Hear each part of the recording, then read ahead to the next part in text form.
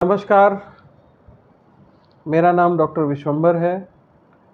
मैं associate professor हूँ department of ENT, चिकित्सा विज्ञान संस्थान यानी institute of medical sciences, Kashi Hindu विश्वविद्यालय वाराणसी में।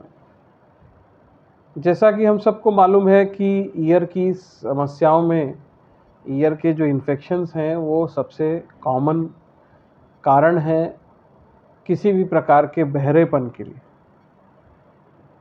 समय के साथ जो बहरेपन का प्रमुख कारण जिसको हम ट्रीट कर सकते हैं उसमें ईयर इन्फेक्शंस आते हैं।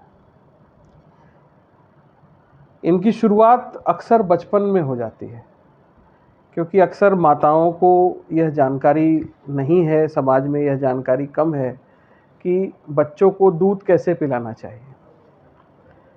बच्चा आधा उठा और आधा लेटे हुए अवस्था में हो तब उसे दूध पिलाया जाए तो वह दूध उसके कान की किसी नली में नहीं जाता, अन्यथा उसकी जाने की संभावना बनी रहती है। ऐसे में यदि दूध उसके कान के अंदर जाता है तो बचपन से ही वो इन्फेक्ट होकर के और बाद में क्रॉनिक ईयर डिजीज़ की प्रॉब्लम्स में कन्वर्ट होता है।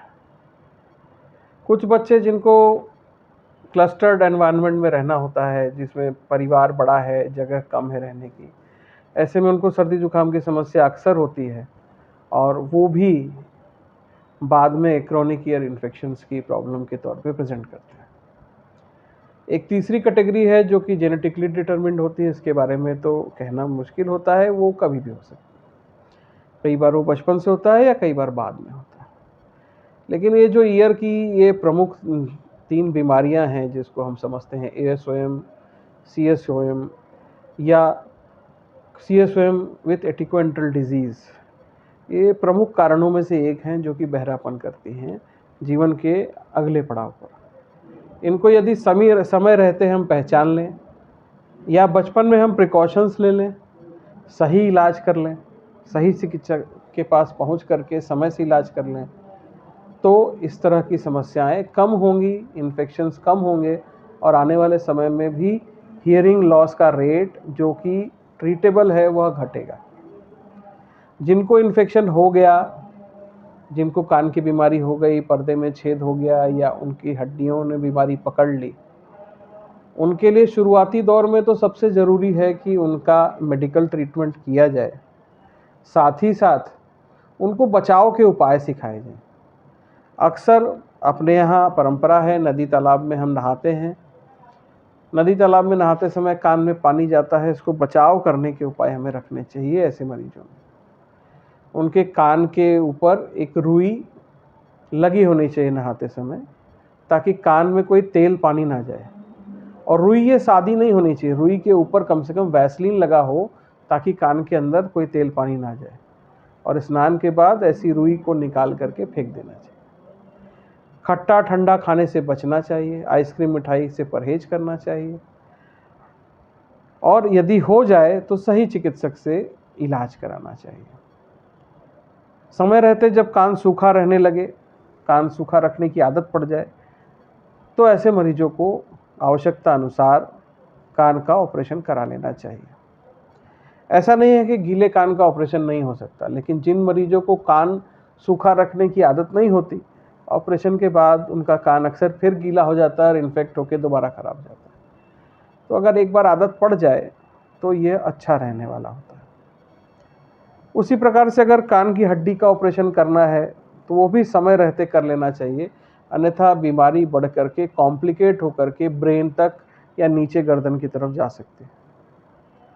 ऐसे मरीजों को पहचान करके आवश्यकता है तो उनकी सभी प्रकार की जांच करके बेहोशी में या बिना बेहोशी के ऑपरेट करके इस बीमारी को निकाल देना पहला इलाज है। सुनाई की समस्या धीरे धीरे समय के साथ कई बार दूर होती है। कई बार ऑपरेशन के दौरान ही ऐसी चीज़ें लगा दी जाती हैं ताकि सुनाई देना बेहतर हो सके, परंतु हमेशा ऐसा संभव नहीं होता। जहाँ तक है कि बच्चे हैं, कान में दर्द हो रहा है, बरसात का मौसम है, कान में तेल डालने की परंपरा है, मेरा ऐसा ऑब्जर्वेशन है कि अक्सर बाजार में उपलब्ध तेल में फंगस की मात्रा रहती है, फंगस उसके साथ मिक्स हो जाता है और वो कान को ख़राब कर देता है। अब उतना प्योर तेल भी उपलब्ध नहीं है, इसलिए उसको डालने की आवश्यकता आज की डेट में नहीं। उससे कान का बचाव होता हो, ऐसी परिस्थिति अब नहीं रह गई। गर्मी के मौसम में कभी कभी लोग चक्कर आने की समस्या का भी कंप्लेन करते हैं।